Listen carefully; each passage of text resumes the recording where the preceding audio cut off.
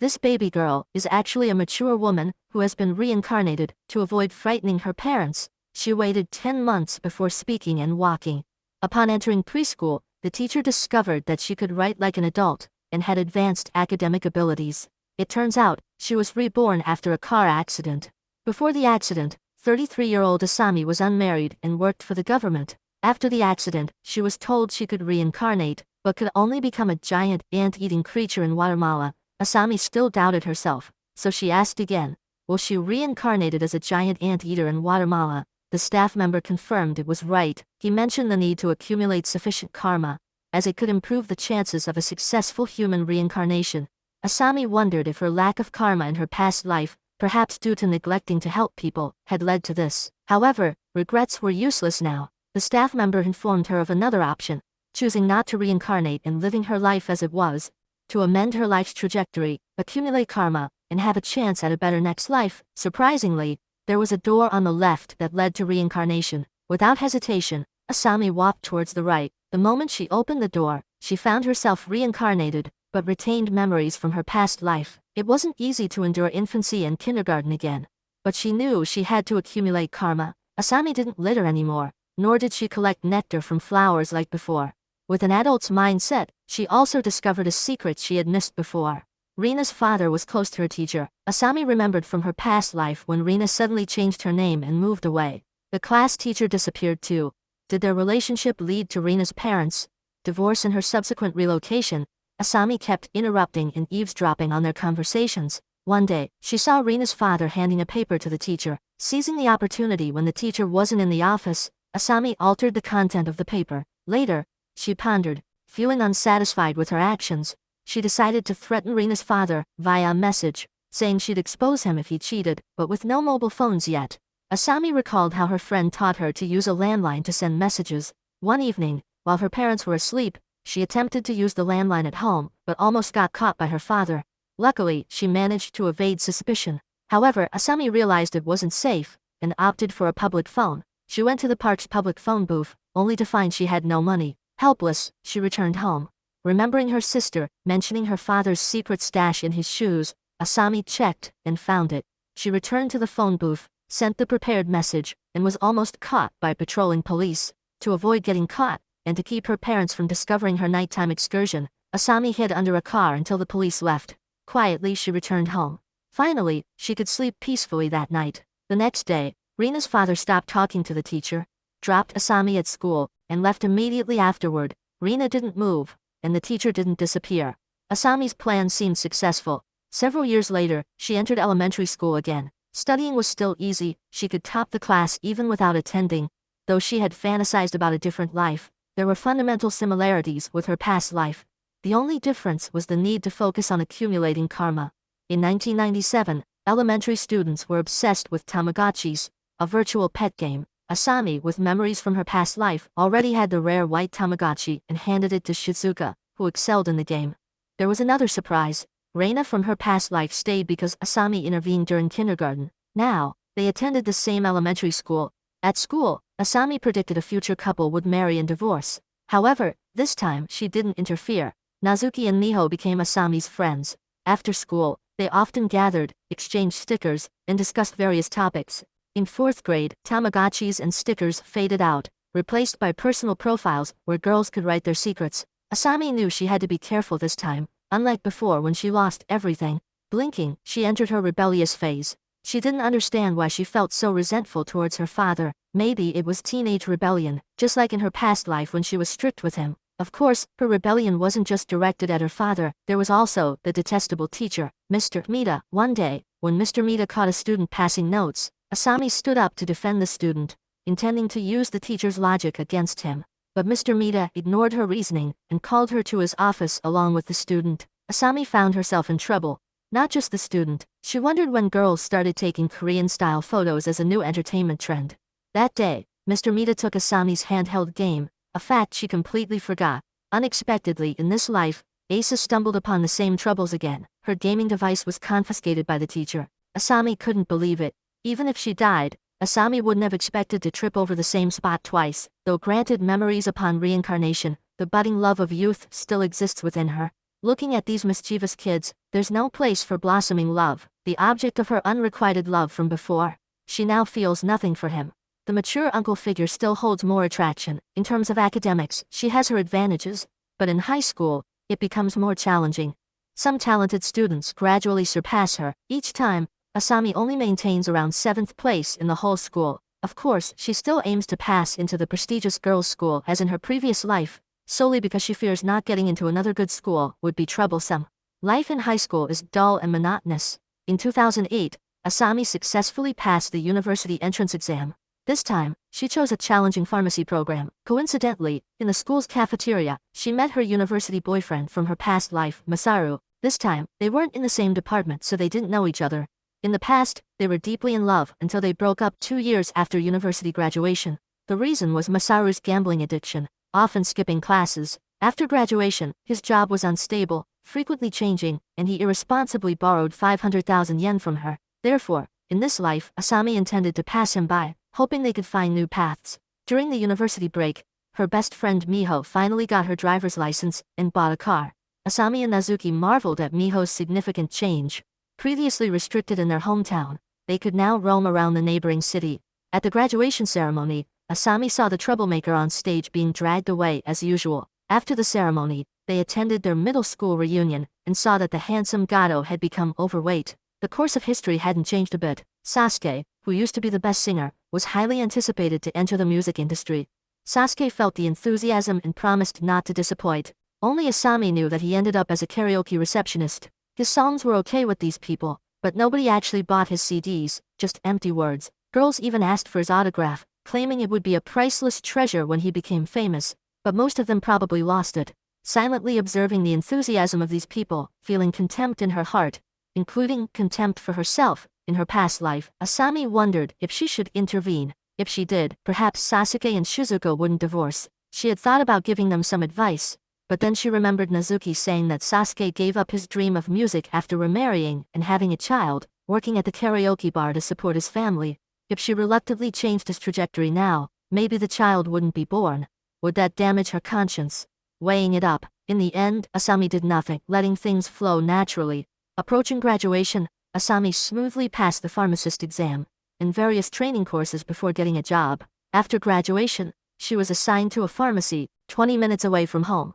Not much different from her civil service job in her previous life.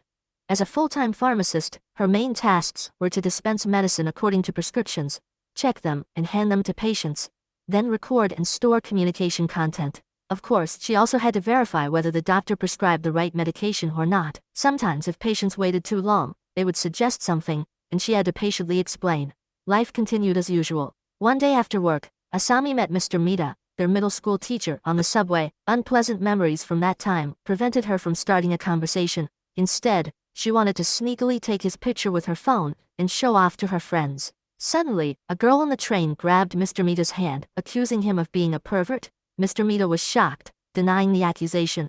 They argued on the subway until they got off at the next stop, where the girl explained the situation to the station staff. Then Asami remembered, in her previous life, Miho had said Mr. Mita was fired from school for something he didn't do. Realizing this, she hurriedly explained to the staff that she witnessed the whole incident. Asami still had the video she secretly recorded earlier. In the video, it was clear that another man was harassing the girl. When Asami enlarged the video, she discovered that the harasser was Taniguchi, her former boss. An employee said that if they presented this video to the police, they could probably track down Taniguchi in a few days. Asami knew that Taniguchi was working in a government office. She occasionally saw him when she went to get paperwork done. Mr. Mita was relieved and thanked Asami for speaking up to clear the truth. Later on, Asami saw the incident reported in the news. Taniguchi had been fired from the government office. Mr. Mita even visited her house to express gratitude, saying that this time, it was fortunate to have Asami's video, otherwise he might have been fired by the school. He also returned the handheld game console he confiscated from her in middle school. He had intended to return it but had forgotten. Asami brought the console out, and to her surprise, it still worked. She hadn't touched it since she bought it. And now, finally, she could use it.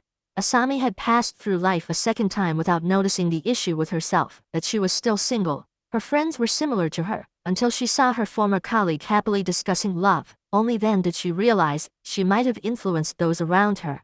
Could it be that being close friends with someone also affected the love life? At 26 in her second life, Asami changed to a pharmacy closer to her home. The rule of this pharmacy was whoever arrived first opened it. There was a respected senior, Toro, in the pharmacy who was meticulous in his work, but had a habit that puzzled Asami. Although he always arrived first, he never opened the door, but waited for someone else to do it, pretending he had just arrived. Despite this, he seemed excellent in other aspects. As the pharmacy was close to where Asami used to work, she often ate lunch at her usual spot, where she met her former colleagues. Her mood became complicated. She didn't engage in conversation with them, yet her former colleagues talked happily about love. Asami even suspected she might have slowed them down in her previous life. One day, Asami and Haruka visited Nobuhiro's grandfather. Haruka noted how often Asami visited him lately, jokingly implying she was becoming attached to him. In reality, it was because Nobuhiro's health fluctuated, and within 2 years, he passed away, so Asami chose to spend more time with him now. Upon arrival, she saw him taking medicine with tea. When she looked at his 2 prescriptions, she realized they were from different hospitals. Mixing them could be extremely dangerous. Asami began to suspect this might be the reason for his deteriorating health. To be cautious, she took the prescriptions to the pharmacy for advice. When she received confirmation that they couldn't be taken together, Asami knew her suspicion was correct. Later, Nobuhiro sought a new prescription from the doctor. A few weeks later, Kumiko's mother said that her grandfather's health had noticeably improved. Asami praised herself for studying pharmacy. It was indeed the right choice. This was the happiest thing she had done so far. However, she soon found herself unhappy again. While casually flipping through a magazine in the pharmacy, Asami saw a familiar figure, Masaru, her former boyfriend. In this life, they hadn't met, but Masaru had become a successful entrepreneur with a billion-dollar turnover. Asami vividly remembered his gambling addiction in her previous life, even lending him $500. Could this have something to do with her? This thought troubled her for a long time. At 33 in her second life, the same age when Asami died in her previous life, she still wasn't married. She spent her days eating out and chatting with friends, with the only difference being that this time, they accidentally met Rina, now an adult. Rina took the initiative to greet them, showing everyone a picture of her partner. Asami immediately recognized the middle-aged man as Toro, their senior in the pharmacy.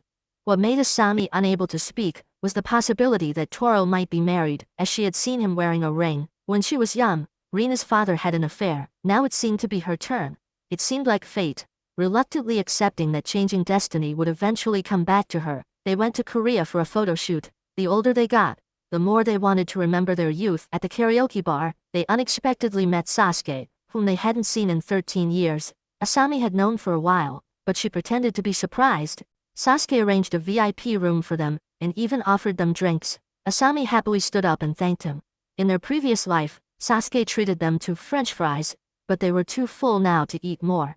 So when asked at the door, Asami mentioned they were already full. It seemed he understood her hint. Asami then told Nazuki and Niho about Toro, and the 3 girls discussed it for half a day.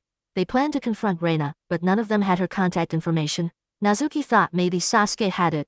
Asami left the VIP room and asked Sasuke if he knew how Reina was doing now. Sasuke said he was fine, albeit a bit tired from work, but he was happy. He showed Asami a picture of his child, and asked if she had given up on her musical dreams. Sasuke said he wasn't the type to give up on his family. Asami silently thought perhaps it was right not to change Sasuke's fate. After contacting Reina, the 3 of them rehearsed a fun scene to see what would happen next.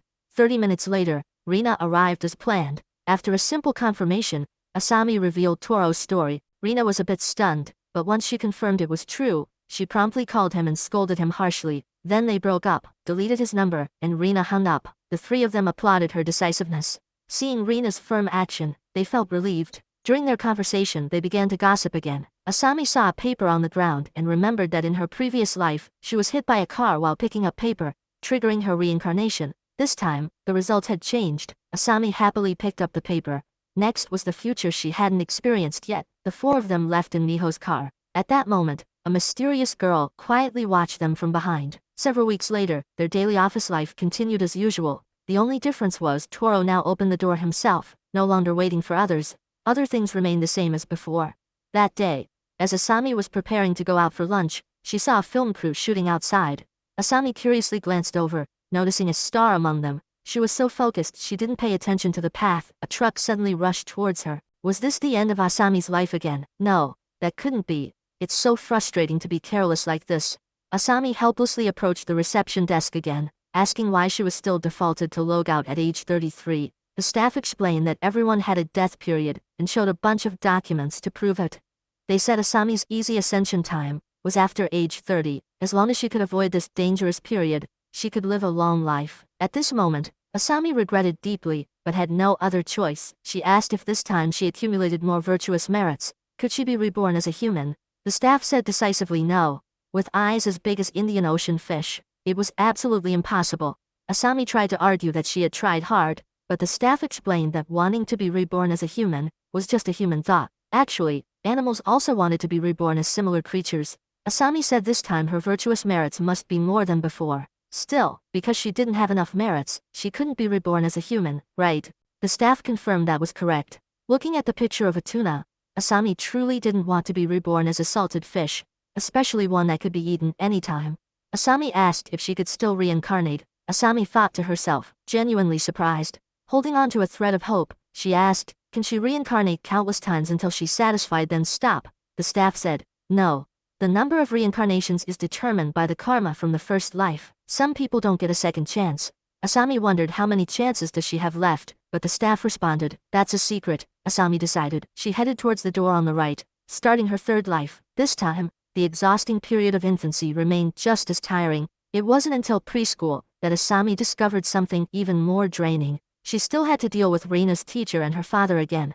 Unfortunately, the little girl couldn't think of a better solution, so she followed the same old path. During dinner at home, Asami looked at the tuna on the table and swore that next time she would definitely be reborn as a human. She smoothly navigated through kindergarten and elementary school, but the feeling of resentment towards her father lingered into her teenage years. Conversations with friends changed from small talk to discussions about TV shows and movies. Mr. Mita still assigned paper passes to students as he did before. Having failed in her second life, Asami refused to succumb to Mr. Mita's authority and challenged him once again. She successfully found a flaw in his argument that left Mr. Mita speechless. Asami thought she had the upper hand, but Mr. Mita still managed to broaden her perspective. He challenged Asami, reminded her that he is teacher, then continuing his lessons on moral philosophy. After school, the three of them still had to go to Mr. Mita's office for feedback. Through 3 lifetimes, Asami finally understood how foolish it was to argue moral philosophy with a teacher. Academically, Asami had no grand ambitions, so she deliberately failed her exams and ranked 13th in the school, worse than in her second life. Moving on to high school, not much changed. Asami still passed the university entrance exam just like before, but this time she majored in literature, similar to her first life. Of course, Masaru, her ex-boyfriend from her previous life, was also at this academy. Asami didn't intend to get acquainted with him because she didn't believe that their relationship could change so drastically. Perhaps Masaru in her second life was just lucky. She didn't want to get involved, but that didn't mean he didn't want to talk to her. Masaru took the initiative to invite her to karaoke. Out of politeness, Asami went with another classmate. Watching him sing familiar songs brought back good memories. After the activity ended, they happened to be heading in the same direction, so Masaru gave Asami a ride home. Sitting in the car she was so familiar with, Asami's emotions became inexplicably complex. Joy and sorrow intertwined like a movie reel, scenes flashing before her eyes. Masaru was extremely curious about the girl, who always avoided him. Before getting out of the car, he even asked for Asami's contact details. Despite already exchanging contact information, Masaru's request, despite its politeness, made Asami feel embarrassed. Unconsciously, she ended up joking with Masaru.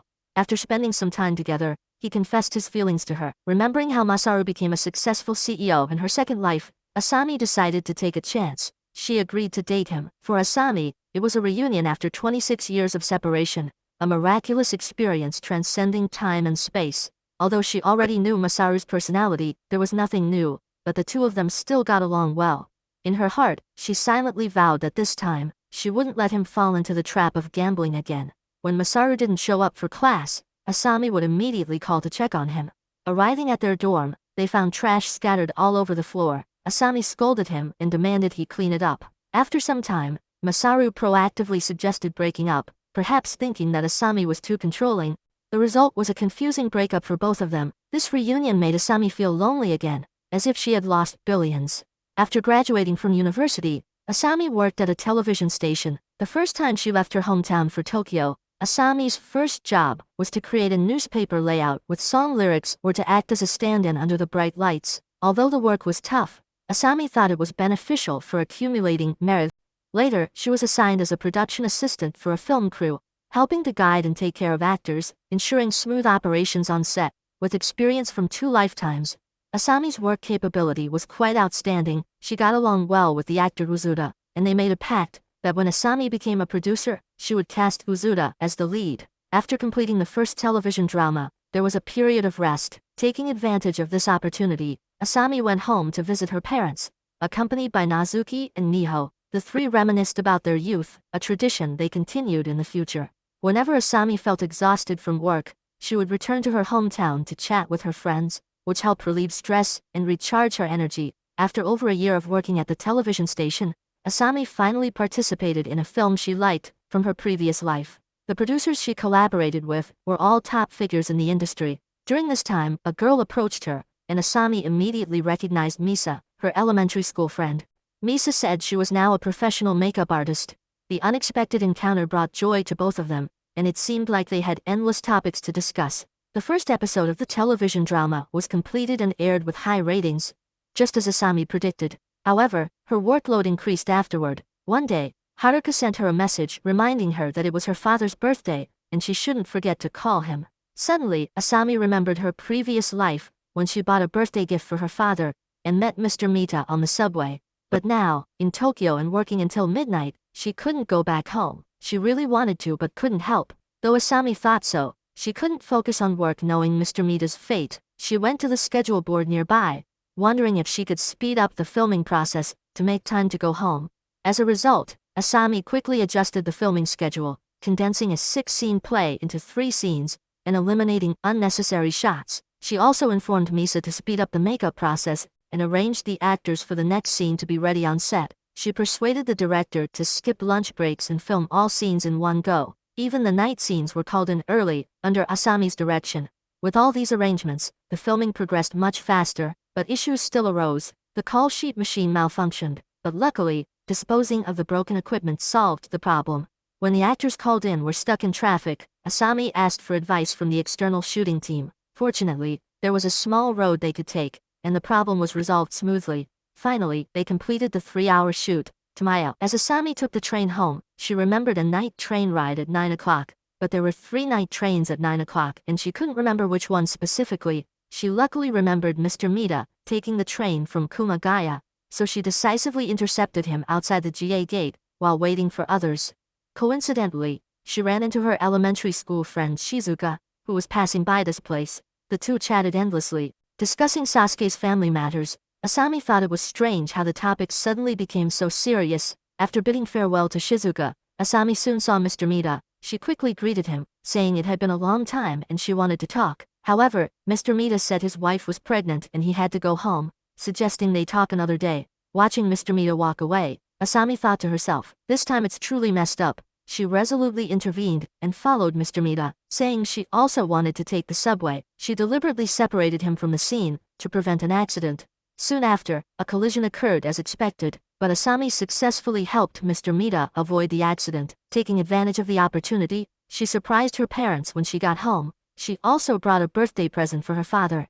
Despite having just returned, she had to leave again, making her family want to see her off. Both Asami's parents were very happy to see their daughter return from afar. She was also glad to have resolved Mr. Mita's issue. After that, she continued to work at the television station for another 5 years. Still facing stressful and busy work days, Asami and Misa went out for lunch, choosing a decent restaurant. During this time, they could also talk about the interesting rumors from before, along with work matters.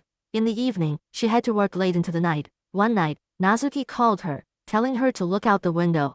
It turned out that Miho and Nazuki had come to Tokyo to visit Asami. They said they were planning to spend the day in Tokyo and return the next day. Asami said she was very happy, but also mentioned that she needed some preparation time. With only one bed, they had to think about the sleeping arrangement. Miho joked that it wouldn't be okay for all 3 to sleep on the floor. Asami wanted to sleep on the bed, but Nazuki said she had changed since coming to Tokyo and was no longer cooperative. Asami clarified that she didn't mind sharing a bed with them, but thought if there was a bed, why not use it? They agreed that where they slept didn't matter.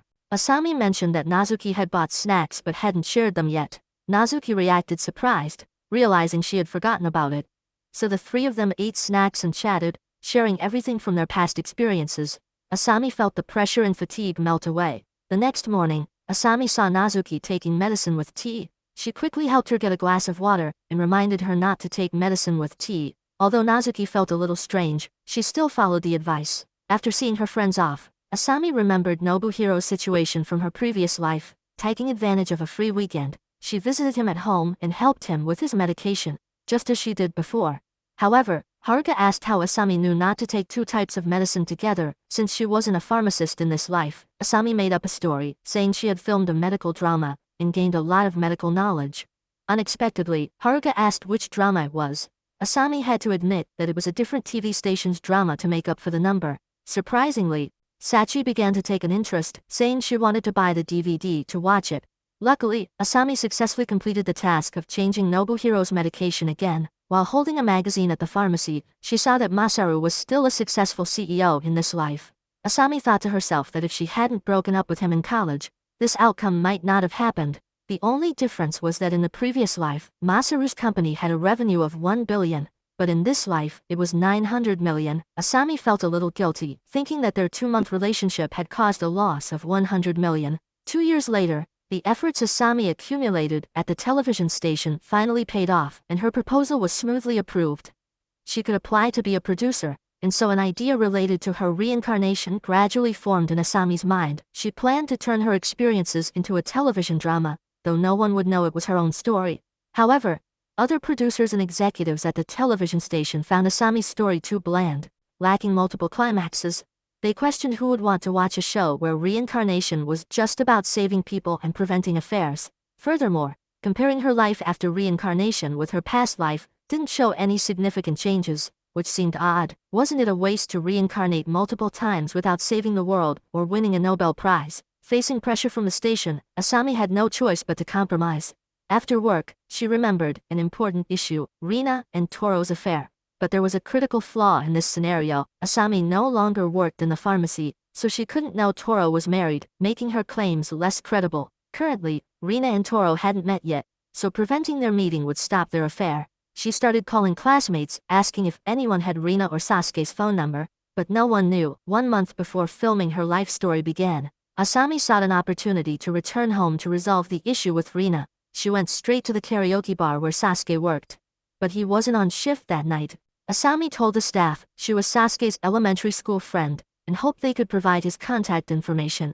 Yamamoto, the staff member, thought she was a troublemaker and refused to give her Sasuke's number. Asami then looked through her elementary school graduation photos and spotted Shizuka, thinking there might be hope. She called Shizuka, asking if she had Rina's contact information. Fortunately, Shizuka did. Asami called Reina, reminiscing about old times, and eventually inviting her out for dinner on April 1st. The day Rina was supposed to meet Toro. However, Rina declined. Frustrated, Asami decided to go to the restaurant where Rina and Toro were supposed to meet, and waited at a spot where she could see people passing by.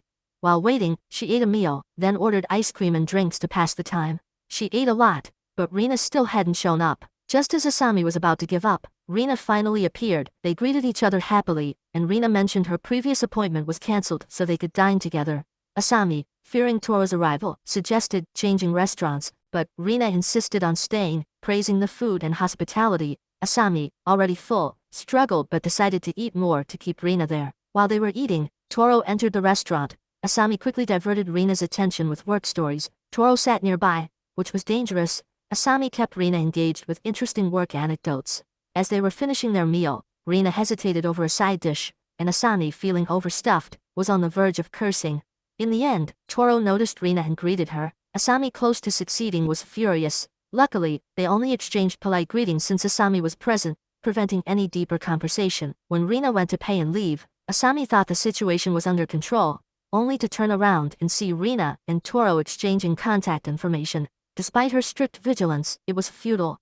The next morning, Asami went to the pharmacy where she had worked in her past life. Toro was waiting in his car as before. Asami approached him directly, confronting him about his marriage.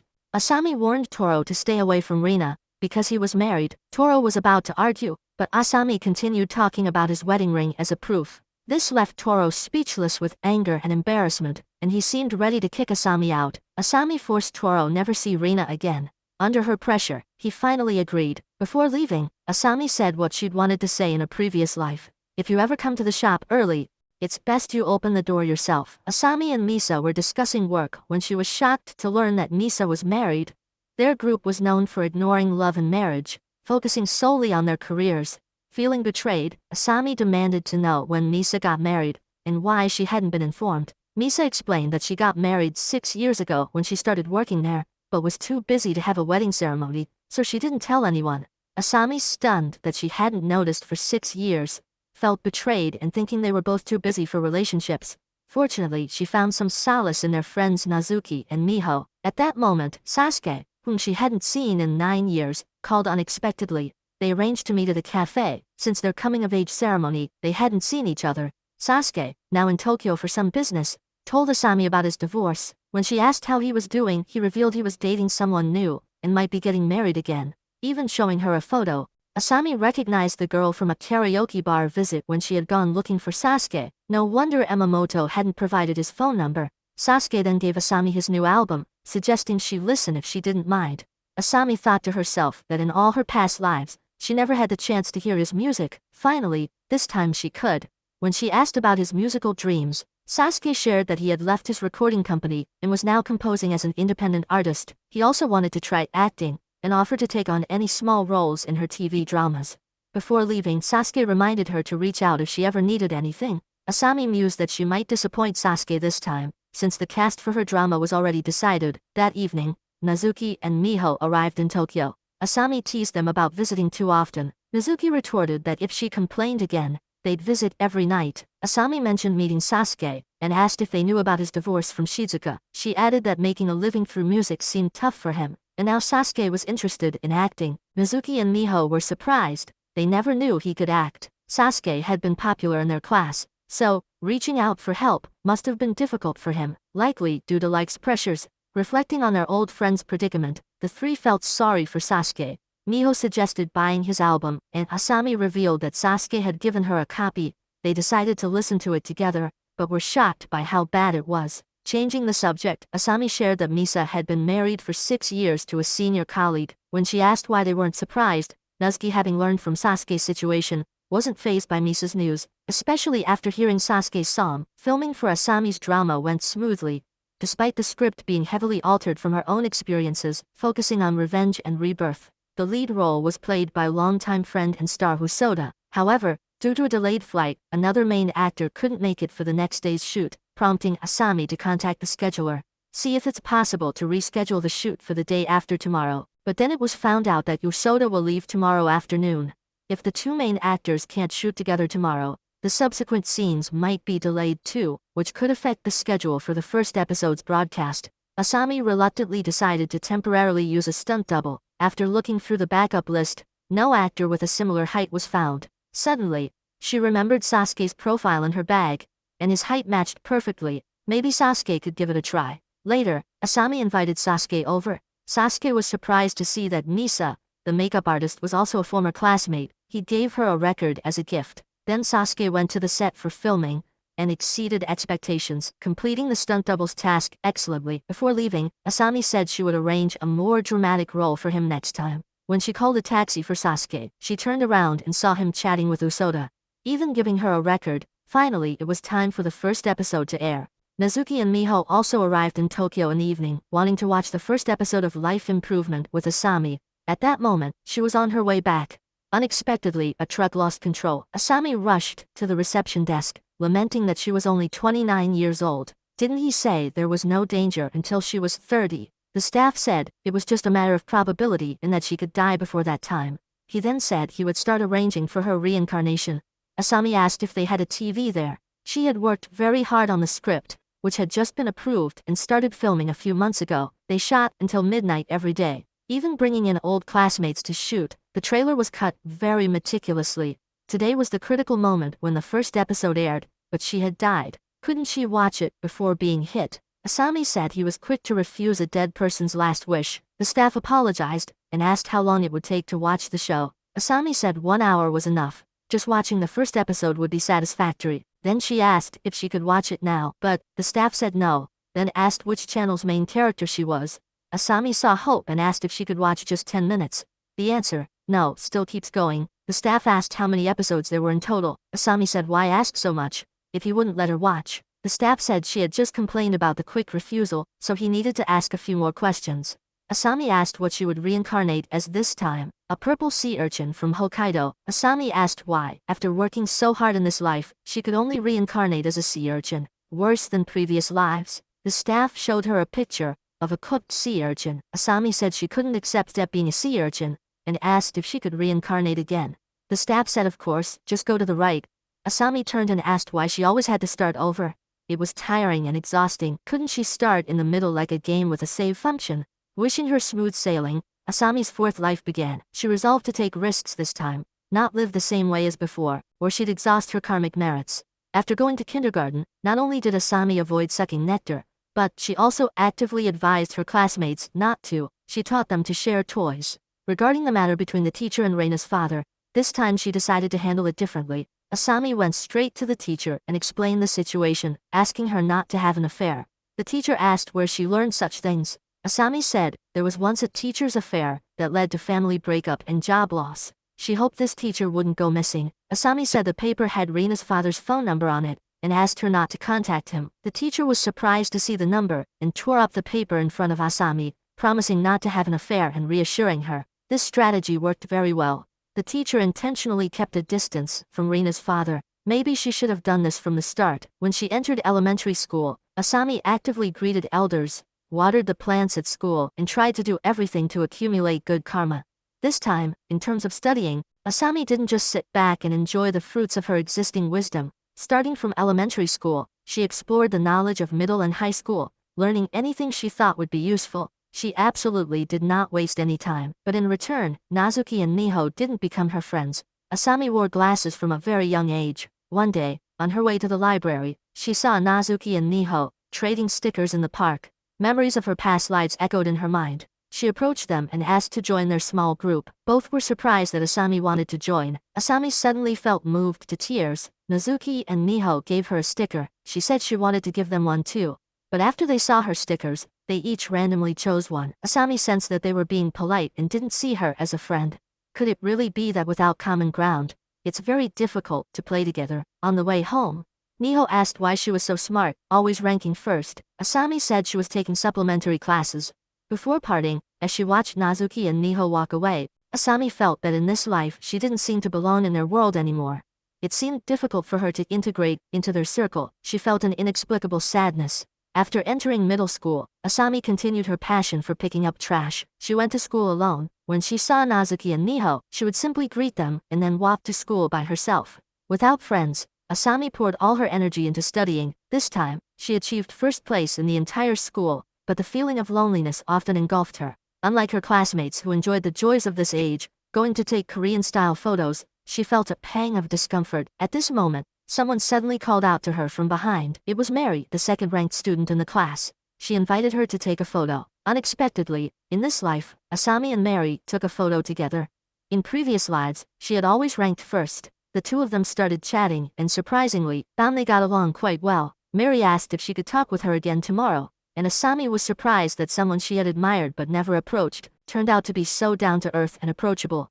In fact, Mary thought the same about her. Indeed, similar people attract each other more easily. Before long, Asami and Mary became friends. In past lives, Mary had always been the one giving presentations on the podium, but this time, the stage became Asami's domain. Asami even became the student council president, while Mary served as the vice president. Both graduated with excellent grades. This time, Asami chose to attend the best high school in the area and maintained her top rank in the entire grade. One day, Asami read in the newspaper about a medical professor who had won a Nobel Prize. She wondered if she could accumulate a large amount of good karma in this way.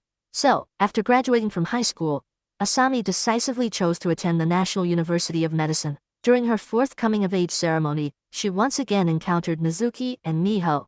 In this life, it was Mary who called her, and the two of them happily entered the auditorium. The troublemaker still got up on stage, and Asami and Mary started analyzing the various punishments he would face in the future. They concluded that seeking fame for a few short minutes was really not worth it. Later, they attended a middle school reunion. The plot was still the same as before.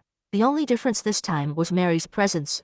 When they saw others praising Sasuke again, Asami remembered listening to his songs in a previous life. Mary, like Asami, thought Sasuke would not succeed. She even wanted to remind him, but Asami quickly discouraged her, worrying that the storyline might change, leading to Sasuke's child not being born, which would be problematic. Seeing Sasuke and Shizuka exchanging contact information, knowing that they would later marry and divorce, Asami refrained from intervening. Back in the VIP room, she wanted to reminisce with Natsuki and Miho, but it turned into one-sided pursuit, making her feel very sad. After graduating from university, Asami passed the medical license exam, then specialized in clinical research for 2 years. Asami became a research fellow at the National Institute of Medical Research. Their work involved finding unexplored medical phenomena, benefiting all of humanity, which was very suitable for accumulating good karma. Asami thought she might be able to reincarnate as a human again. Of course, outside of work, she couldn't abandon other tasks for accumulating good karma, like previously saving Professor Mita, but this time at the subway station she happened to meet Shizuka, who chatted with Asami about trivial household matters. This time, Asami supported Shizuka's idea of divorce. Due to chatting too long, Professor Mita walked by them. Fortunately, Asami noticed in time, and he recognized them.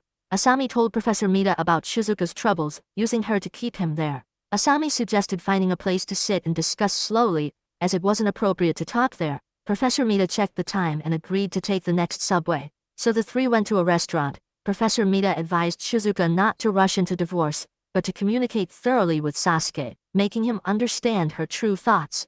If Sasuke insisted on pursuing his career in music, he must promise to do something well. Spouses should understand and compromise with each other. If they truly couldn't understand each other, then consider divorce later. Shizuka, taking Professor Mita's advice, understood a lot. Asami, seeing things going in the wrong direction, checked the time, worried that the subway incident might get triggered, so she urged Professor Mita to hurry to the next subway. He still wanted to continue talking, but Asami interrupted multiple times until he had to leave. Before leaving, Professor Mita reminded Shizuka to have a clear conversation with Sasuke when she returned. The issue with Professor Mita was resolved. Next, Asami wondered what other problems she had to solve. From childhood to adulthood, she was so outstanding that it aroused Haruka's suspicion.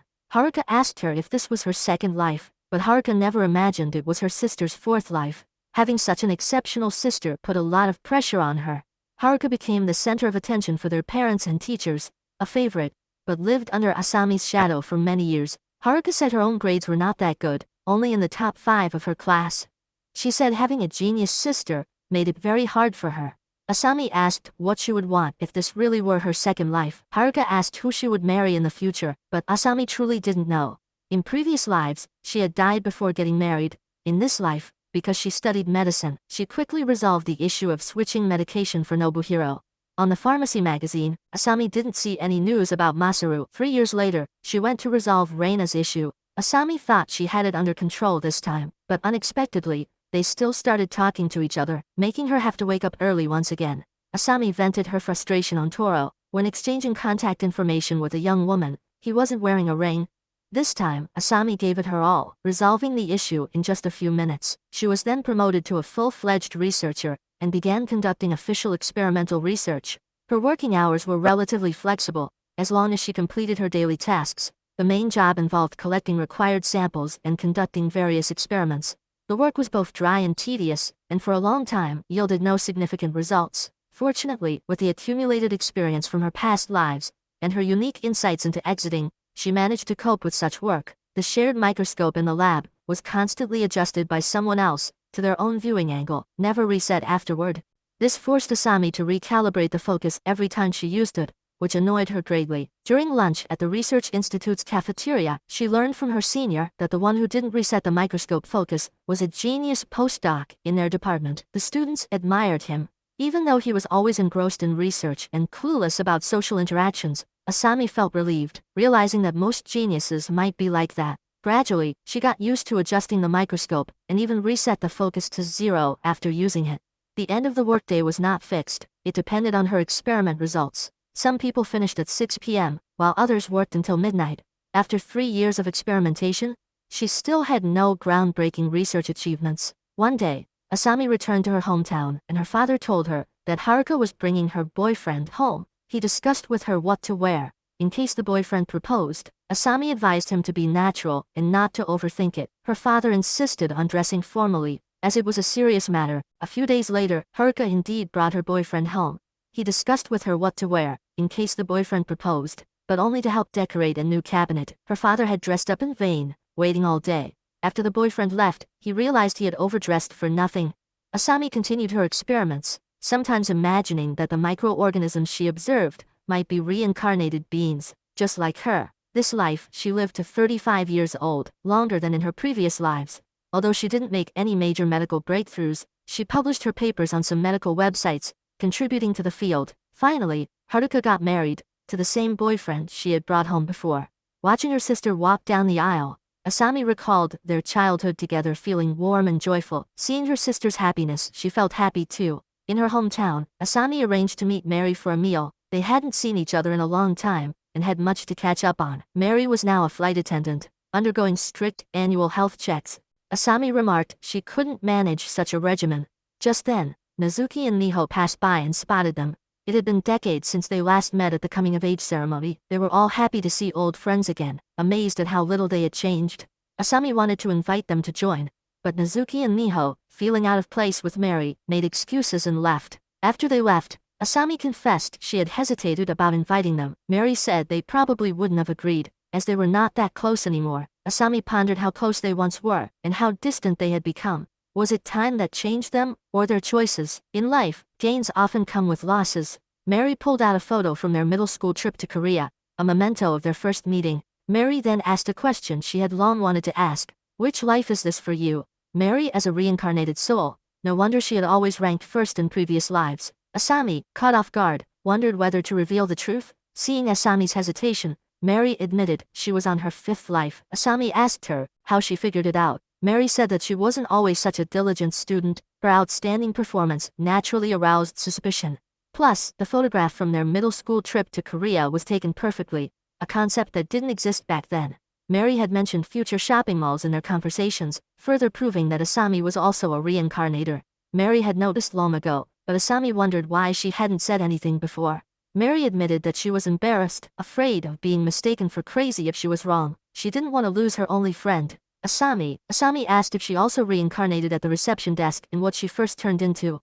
Mary replied that she initially reincarnated as a termite in southeast Guatemala, a favorite prey of giant anteaters. She then asked Asami what she had transformed into. Asami vaguely mentioned an animal related to termites, making Mary laugh. She thought reincarnated souls must have similar paths. Asami asked if Mary's choice to reincarnate was driven by the desire to be human. Mary said it wasn't entirely the case. In her first life, she was an average student with mediocre grades. Nazuki and Miho were her close friends. This surprised Asami because, in Mary's first life, they were inseparable in elementary school, discussing fictional TV shows and trading stickers. On Mary's birthday, they gave her beautiful stickers. The middle school trip photo was of the four of them together. However, in high school, Mary drifted away from them, becoming an eccentric with poor grades, eventually enrolling in a vocational school for childcare. But their bond remained strong, with Miho driving them on trips during school breaks. During their middle school reunion, Mary confessed she once had a crush on Kaido, shattering her ideal image of him. In her first life, Mary was also a fan of Sasuke. They exchanged contact information and started dating a few months later, but Sasuke's career never took off. Despite his failures, Mary felt happy supporting him. Asami was surprised to hear about Mary's relationship with Sasuke, but it only lasted 6 months before Sasuke cheated on her with Shizuka. Mary had learned about Sasuke's infidelity from their 3 friends. She confronted Sasuke and broke up with him on the spot. After graduating, Mary worked as a nanny at Sakura Kindergarten, a job that gave her a sense of achievement. Asami remembered that she had attended that kindergarten herself. Despite her busy work, Mary often reunited with her close friends, who celebrated her birthdays with her. However, a heartbreaking event followed.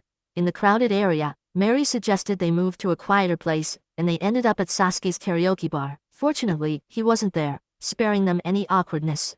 When Asami asked what happened, Mary revealed that Nazuki and Miho had died in a plane crash.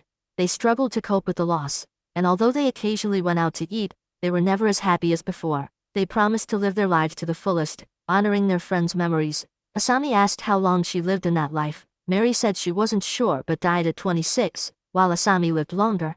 In her second life, Mary tried to prevent the plane crash by keeping Nazuki and Miho from boarding. However, she realized that saving everyone required knowing how to fly the plane. To achieve this, She became a flight attendant, excelling in her studies and physical training from elementary school onward. She gradually distanced herself from her friends but maintained her determination to save them. Asami questioned if this was truly the right approach. Mary explained that she planned to alter the flight path on the crash date. Despite her efforts, Asami died at 33 in that life, partly due to Mary's actions. On that fateful day, Mary had taken Asami to the bathroom, preventing her from the car accident she would have otherwise encountered. Mary's grief over Asami's early death led to her own health, and she didn't become a flight attendant, failing to save Nazuki and Miho. She died before turning 40, in her third life. Mary was a flight attendant, but discovered that she couldn't choose her flights. Thus, unable to save her friends, she died again in a car accident. By her fourth life, she died before even becoming a flight attendant. Learning from the reincarnation receptionist that they both faced high mortality risks after 30, Mary prepared meticulously in her current life. Next year marked the critical year of the plane crash. Asami advised Mary to be careful and offered her help. Mary reassured her, saying she had everything under control, and suggested they take another photo in Korea. Before that, Mary needed to use the restroom, prompting Asami to reflect on Mary's heroic journey. Unlike her own mundane reincarnations, Mary had endured unimaginable hardships, making her a true hero. The two headed to take their photo in Korea, and on the way back, Asami suggested they also invite Nazuki and Miho. The four of them were close friends, making for a perfect combination. Mary suggested waiting until she safely brought the plane back, arguing that meeting then would be more meaningful. Asami asked if that meant waiting until next year, suggesting instead that they meet after her next return. They parted ways at the intersection, and Asami resumed her usual routine. One day, she read on her phone about a plane going missing in Shanghai. A sense of dread overcame her, and she immediately called Mary, but there was no answer. Fear gripped her, and a few days later, her worst fears were confirmed. Asami attended the funeral of Mary, Nazuki, and Miho with her classmates, feeling a deep sorrow. Just days earlier, she had planned to meet up with Nazuki and Miho, but now the nightmare had struck suddenly. After the funeral, everyone gathered at Sasuke's karaoke bar, still enveloped in grief. Asami remembered her last conversation with Mary about the plane incident happening the following year. Now she realized Mary had lied to prevent her from worrying. The three friends stayed until morning, and as Asami walked home on a familiar path, memories of her three friends flooded her mind. Left alone now, she felt a profound sadness. Finally understanding how Mary felt after losing Nazuki and Miho, to numb her pain, Asami threw herself into work. 3 years later, after work one day, she unexpectedly encountered a woman who called out to her, asking which reincarnation this was for her. The woman turned out to be Minako, a colleague from Asami's first life, suggesting she was also a reincarnator. Asami asked how Minako knew, and she revealed this was her 8th life, and not seeing Asami in one life made her realize they were the same. Surprised, Asami invited Minako over. Minako explained that all her 8 reincarnations were identical, as she didn't intentionally change anything, treating it like a game to see how each life could be better than the last. Asami thought how blissful the first life must have been for Minako to have this mindset. Asami's fate at 39 struck again, when a steel beam fell at a construction site. A staff member told her she could reincarnate as a human this time. Standing at the door to the left, Asami hesitated, then returned and asked if she could do it again. The staff confirmed it was her final chance. Without hesitation, she chose the right door, beginning her 5th life. After attending the entrance ceremony, Asami saw a different Mary coming out of a classroom. They exchanged a look, recognizing each other. This time, Asami's goal was not just to accumulate virtues, but to ensure everyone's happiness, so Mary wouldn't struggle alone. Determined not to regret this life, Asami sought out Nakamura, hoping to switch flights with him. Nakamura, however, insisted the flight was crucial for him, as his aviation certification was at stake. Asami and Mary devised a plan, with Mary suggesting poisoning Nakamura to prevent him from flying. Asami objected, fearing suspicion and investigation, so they opted for drugging instead, planning to slip something into Nakamura's coffee, while Mary distracted him.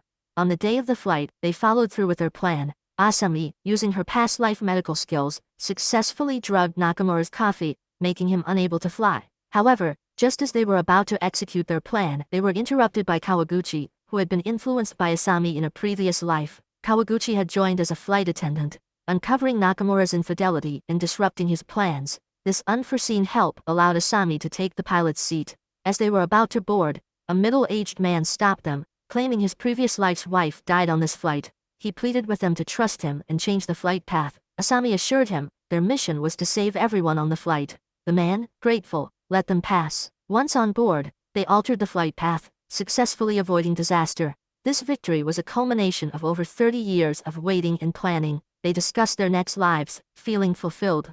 In the end, the plane landed safely in Taipei, greeted by Nezuki and Miho, who had learned about their mission. The four friends reunited, sharing photos and memories, marking their happiest day in over 30 years. Mary and Asami left their astronaut careers behind, returning to simpler lives. Asami became a public servant, valuing her patience and connections with the community, while Mary returned to her nursery, fulfilling her early dreams. Their lives seemed to reset to their original paths, but now with deeper understanding and happiness. 58 years later, the four friends reminisced about their fulfilled lives, all having lived long and happy lives. The story ended on a note of profound friendship and contentment, celebrating the simple yet powerful joys of life.